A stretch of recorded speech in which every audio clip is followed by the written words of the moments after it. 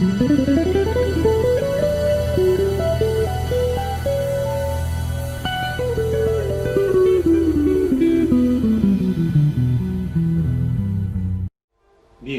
ahora que estamos claros de que el cambio climático es un problema global, no es un problema local, sino sus impactos, pero el problema, el origen y la razón del problema es global. Vamos a estudiar rápidamente cómo es esta condición y problema global y qué podemos hacer, qué está haciendo el mundo al respecto. Como lectura vamos a tener la lectura 14, un folleto fácil de leer, es extenso en número de páginas, pero como es muy gráfico y con poco texto, creo que sí se puede leer. Transiciones para salir del viejo desarrollo, es decir, cómo vinculamos lo que tenemos que hacer frente al cambio climático con una idea de desarrollo y sobre todo con una idea de protección del ambiente. Hay un video muy ilustrativo, aquí tienen el link en YouTube, sobre un año en la vida del dióxido de carbono en la Tierra. No vamos a poder, porque es un poquito largo, es un año que pasa en unos 3 o 4 minutos, pero es muy ilustrativo y se lo recomiendo que lo vean con este nombre en YouTube, de cómo los gases se mueven en la Tierra. No es decir, este que está emitiendo gases aquí no tiene nada que ver con lo que está pasando allá. Los gases van a la atmósfera y se mueven con el movimiento de la Tierra, mucho más en el hemisferio norte que en el hemisferio sur, y de diferente calidad. En el hemisferio norte es más, por ejemplo, el dióxido de carbono, por quema de carbón, por quema de petróleo, por el transporte, por la generación de energía eléctrica. En el sur es por las quemas de bosques, otros tipos de gases que se juntan, o en otras zonas por el metano, que también se emite por podredumbre orgánica o por crianza de vacunos, lo que se llama la digestión de las reses, produce una gran cantidad de metano que no es despreciable a nivel del mundo, es una enorme cantidad. Cada hamburguesa que ustedes se coman tiene detrás suyo una huella de carbono bastante alta. Entonces les recomiendo que vean, para que tengamos conciencia de que las emisiones de gases de efecto invernadero no se dan local, sino que están en todo el mundo y circulan por todo el mundo, causando diferentes efectos locales. Este es un escenario global de cómo nos afectaría una posibilidad de 4 grados centígrados al final del siglo de calentamiento global, un estudio que se ha hecho en Inglaterra. Se incrementarían los incendios en nuestra Amazonía de una manera bien notoria, ya empezó eso, los incendios que estamos teniendo anualmente en la Amazonía cada vez se intensifican más. Ya no, por cierto, pueden ser causas de agricultores o causas de vándalos o causas de cualquier otro tipo, pero se instalan y son mucho más difíciles de combatir porque la temperatura y la sequedad ayudan a que se extiendan más. Lo mismo está pasando, por supuesto, cada vez más en California y otros sitios que ustedes saben que ocurren. Otros efectos serían crisis periódicas de agua, se modifica sustancialmente el régimen hídrico, graves pérdidas en la agricultura que ya están empezando no solamente por pérdida por heladas o por sequías, sino también por cambios en las plagas que se están produciendo. Incrementos de temperatura promedio entre 6 a 7 grados por regiones. Podemos ver aquí que en el norte, en el Ártico y todo, las diferencias de temperatura son mayores porque van de un frío a un incremento de temperatura mayor. No es tan grande en las zonas tropicales porque ya están calientes, es difícil incrementarlos más. Pero en general podemos que el hemisferio norte se va a calentar más que el hemisferio sur. Y esto puede dar lugar a desequilibrios en corrientes de agua, en corrientes de aire, etcétera, que pueden ser difíciles. Bien, entonces lo que nos indica este gráfico es que todo el mundo está involucrado en este tema y todos son responsables del tema. Por eso se crea, a partir de 1992, la Convención de Naciones Unidas ante el Cambio Climático, o los cambios climáticos como se llamaba inicialmente. Esta convención puso énfasis inicialmente en la necesidad de reducir emisiones y se centró en el protocolo de Kioto.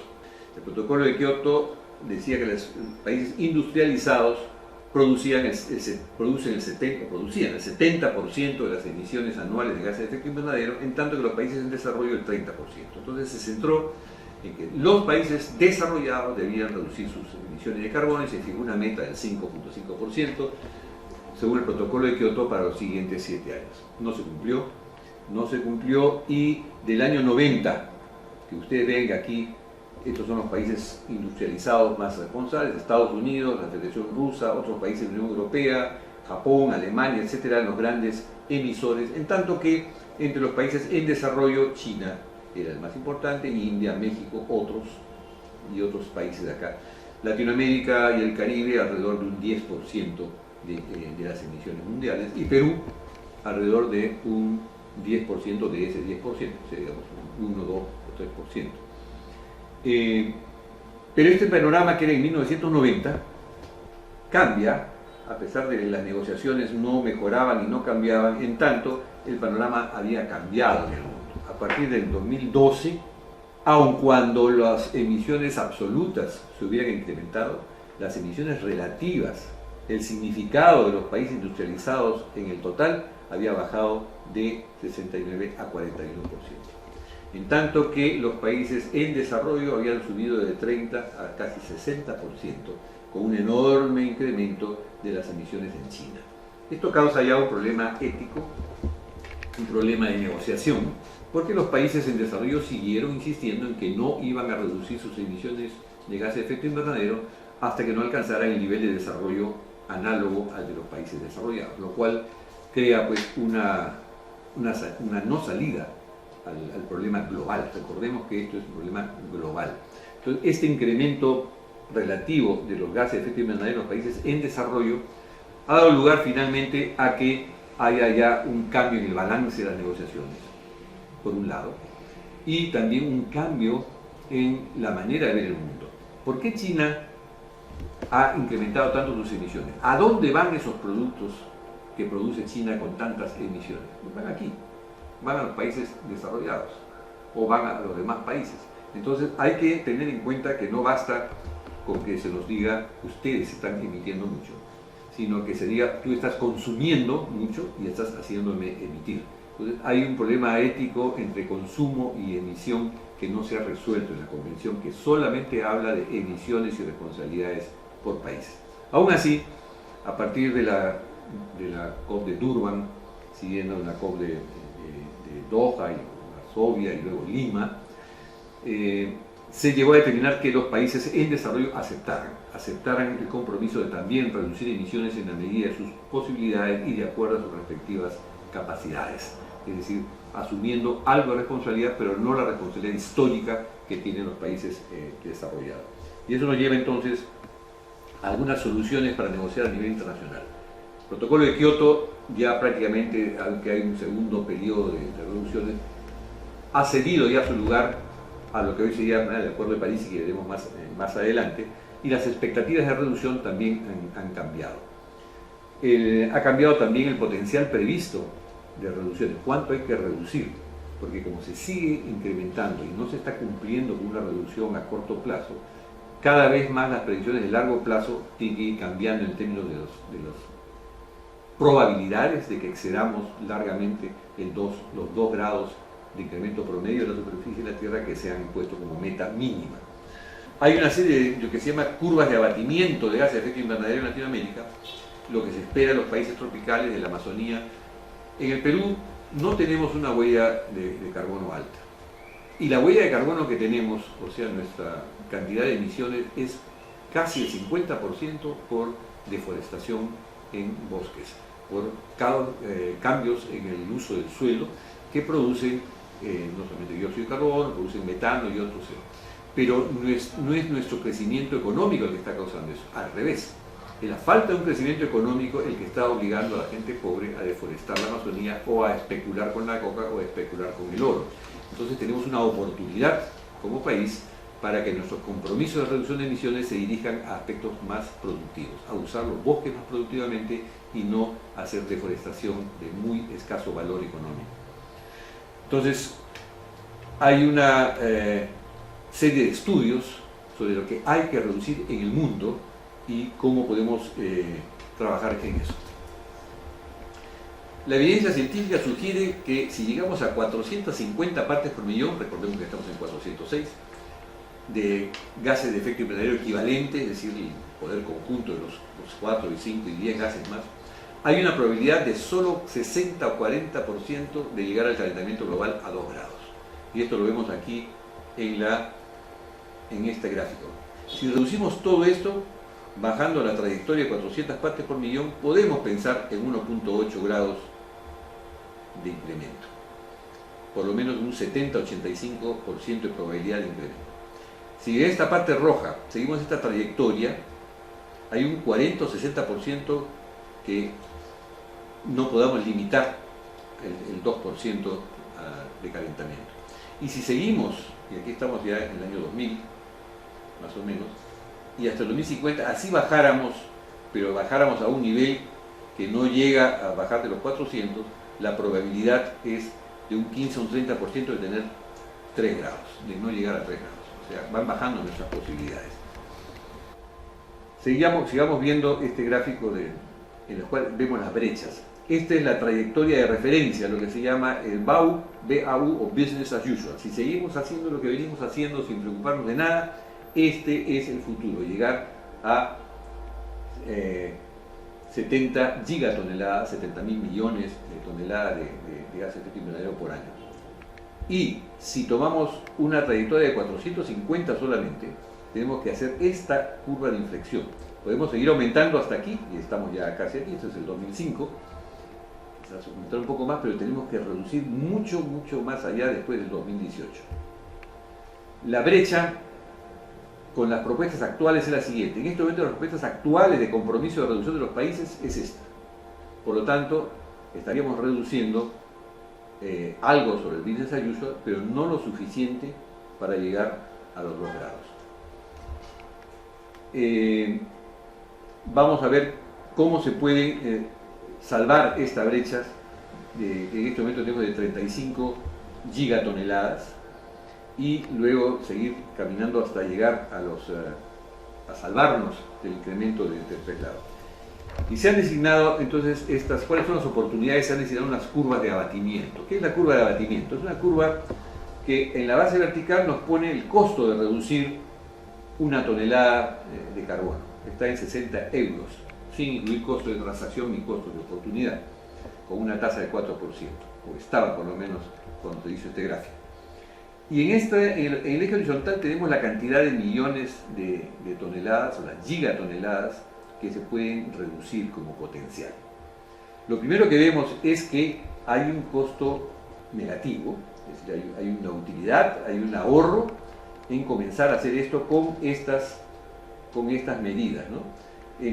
Cambiar las iluminación, cambiar las incandescentes por LEDs, que los carros tengan mejores diseños más aerodinámicos, manejar los edificios con mejores aislamientos, los carros, empiezan que los carros con mejoras en baterías o mejoras en uso de electricidad, los nuevos reciclamientos, electricidad de gas, cambiar de carbón a gas, manejo del arroz, que el arroz produce mucho metano en los campos. Entonces, acá hay una serie de medidas que rápidamente, sin ahorrar mucho, por lo menos unos 5 gigatoneladas, por lo menos no cuestan y son ahorros. A partir de aquí hay una larga línea en la cual se trabaja con la agricultura, cambiar de deforestación a pasturas, manejar las pasturas, usar regeneración o restauración de suelos orgánicos, y que esto va teniendo cada vez más costo hasta llegar a este límite, el límite de los 60, más allá de los cuales no es económico estar reduciendo, que nos permitiría llegar hasta estos 17 gigatoneladas de efecto invernadero. Esto es en el promedio de los países del mundo. Hay otra cifra que se ha estudiado a nivel mundial y es que en este momento, de manera más simple, en el mundo se está emitiendo 7 toneladas de carbono por habitante y necesitamos llegar a 2 para estar seguros de que no nos vamos a superar el 1,5 grado o 2 grados de temperatura que ya con uno que tenemos está causando problemas. Entonces, bajar de 7 a 2 no es fácil. De paso, Perú está en 7 per cápita, pero China también está en 7 per cápita. O sea, no es un problema de tamaño del país, es un problema de cómo estamos consumiendo. Pero el 7 per cápita del Perú es porque por lo menos 3,5 están son de deforestación de bosques que podemos evitar. En fin, tenemos los países, y ese es otro gráfico, los países de América Latina tenemos un cuadro un poco difícil. Tenemos menos probabilidades en este momento, por razones tecnológicas, de reducir con costos negativos, pero sí se puede empezar por eso, pero sí tenemos muy buenas posibilidades de reducir una alta cantidad de gases de efecto invernadero con poco costo, veamos que estamos aquí en 10 euros por tonelada, hasta por aquí, menos de 10 euros, por mejor manejo de nuestros bosques, por evitar deforestación, etc. Luego hay más, acá hay restauración de tierras, reforestación de tierras, ya algo que ya cada vez es más viable es energía eólica, energía solar, hasta llegar a estos 60, a este tope imaginario, pero real desde el punto de vista económico, de 60 euros por tonelada, ¿no? Y aquí podríamos llegar a 3.000 gigatoneladas.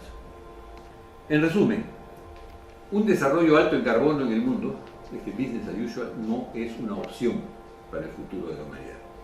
La mitigación, o sea, la reducción de emisiones, y la adaptación, adaptar nuestras costumbres de consumo, nuestras costumbres de uso de los recursos, nuestras maneras de abrigarnos o liberarnos o refrigerarnos, son fundamentales. Entonces acá tenemos en este gráfico una cosa muy simple.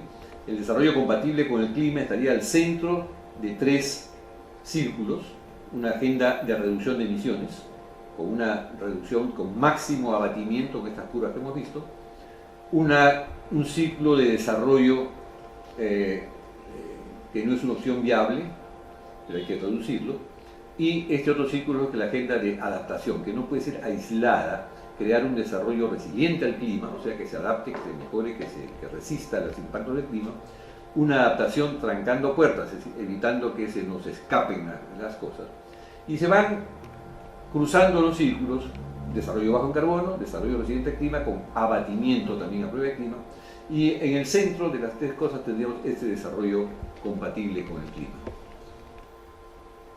Ahora bien, para lograr estas reducciones, los países en desarrollo requieren diferentes tipos de apoyo. Para lograr esta primera etapa en la cual los costos son negativos y tenemos ahorros, tenemos que invertir en eficiencia energética en edificios, en transporte, en industria. En esta segunda etapa necesitamos invertir en agricultura y forestería y en nuevas formas de energía. Y al final, invertir en tecnologías emergentes. Tenemos entonces un proceso que nos va a llevar a una buena cantidad de reducciones, pero que requiere diferentes tipos de ayuda. Apoyo para superar barreras, en este caso, sobre mejores prácticas, fortalecimiento institucional, mejoras en la administración de los gobiernos. Aquí, apoyo para compensar costos incrementales en mercados como mercados de carbono, crediticios, precios de nuestros productos, etcétera, porque nuestros productos ya tienen que tener incorporado el costo de reducir los impactos del cambio climático. Y por último, inversión en tecnologías emergentes. Acá necesitamos apoyo para compensar costos incrementales también, y cooperación internacional. Aquí la tecnología sigue a la inversión, que es lo que nos está diciendo este cuadro. Acá tenemos un buen potencial de abatimiento de gases de efecto invernadero, pero necesitamos ayuda externa. Vamos a ver a continuación en el Perú cómo es esto de la seguridad climática, qué necesitamos hacer en el Perú y cuáles son los compromisos que tiene el Perú en el marco de reducciones con todos los países del desarrollo.